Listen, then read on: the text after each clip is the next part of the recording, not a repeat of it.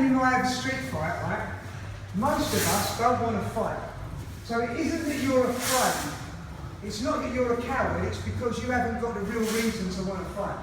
Does that make sense? So if you're out in the club and against the start something, it's not that, don't get me wrong, you will get fear and adrenaline. But often, don't fight this, this is natural. This is your body saying, I don't actually like fighting, trust it, get away.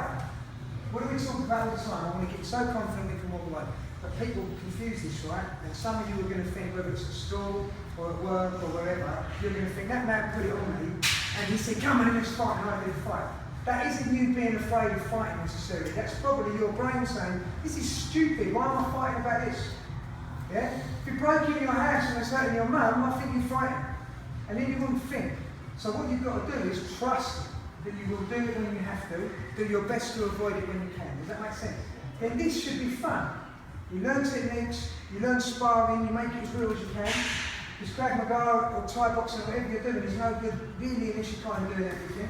So we're doing floor work and standing and weapons and all that to get us ready for that day. Have fun doing it. It's just a martial art. But then if it ever happens, trust your instinct will work.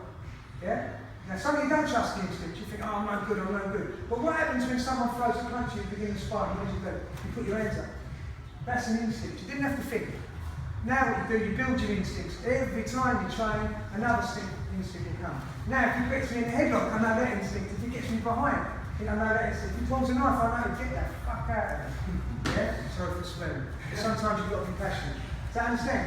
Yeah? Don't matter how good we are with knives and stuff like that, however good you think you are, we get away.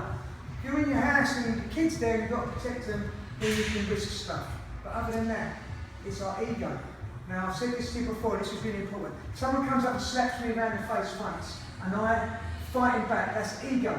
I can't have that. Why can't I have it? Who tells me I can't have that? That's me forgiving that guy for being an idiot and having a bad day. If he attacks me, it's self-defense.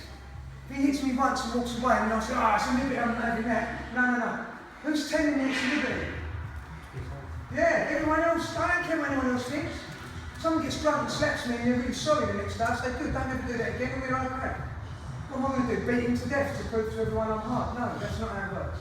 So our ego is often misplaced, so you've got to try and control that, right? So let's love each other a bit more. Everybody hugs.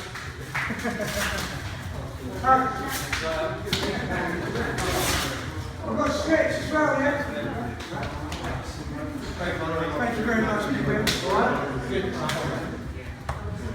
Enjoy. Enjoy, sir.